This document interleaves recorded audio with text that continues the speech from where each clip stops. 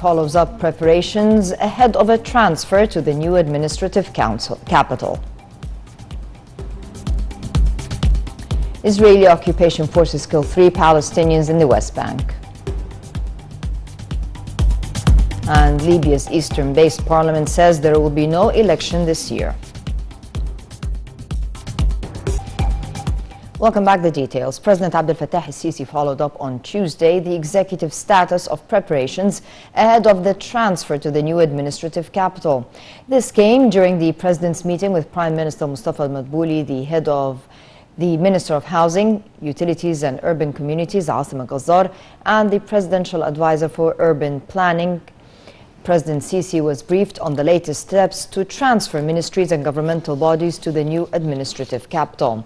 The head of state gave his directives for the construction work to continue according to schedule. Meanwhile, Minister Al-Ghazzar reviewed housing plans for employees at the new administrative capital, especially measures needed to facilitate real estate financing for housing units.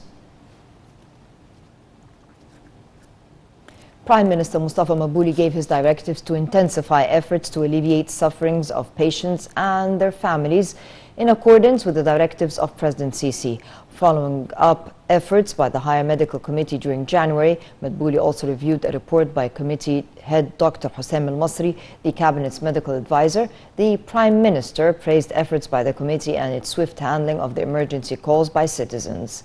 For his part, Dr. al-Masri said 450 emergency calls have been addressed in January, including 146 which were transferred to state-funded treatment and 123 surgeries were conducted.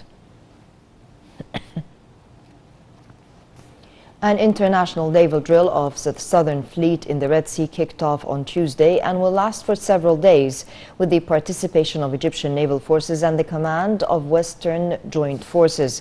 This comes within the framework of a General Command of the Armed Forces plan to upgrade the level of exercise and exchange expertise with armed forces of friendly countries. The exercises include means of combating naval and unconventional threats, carrying out naval security measures, securing important shipments, facing naval mines, medical training, leadership, control training. The drill is considered one of the biggest international naval joint drills in the world and the Middle East.